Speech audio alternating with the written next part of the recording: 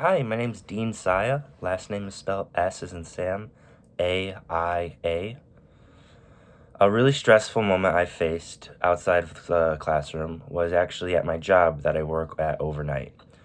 Part of my job is I work at a hospital in Geneva, Illinois, Northwestern Medicine, and I answer the phones overnight, which isn't really the stressful part of my job.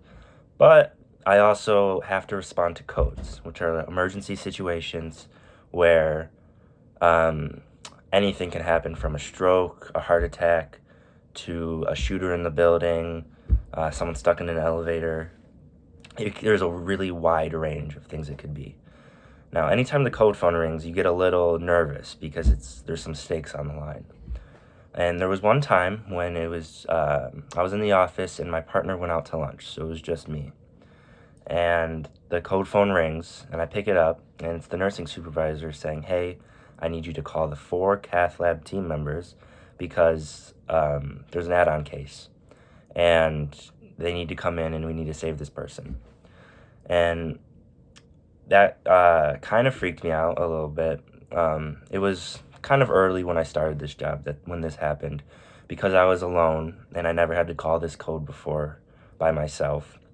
Um, But I took it one step at a time. I found who I needed to find. I sent out the correct information. I reiterated everything with the nursing soup. Um, and I sent out the pages to all 4 team members.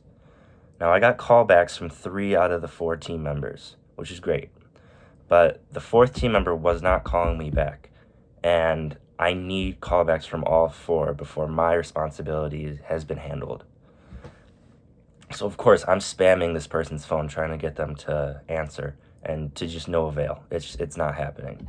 So, being all alone in that stressful situation, I decided the best course of action was to call someone, a cath lab team member who was not on call. I know that's not morally sound. I know that's a bit of a gray area. You're not really supposed to call someone who's not on call. Thankfully, the person was more than happy to come in. I was very apologetic in calling them. I said, "Hey, I'm really sorry, but this other team member is just not calling in, and we need 4 cath lab members."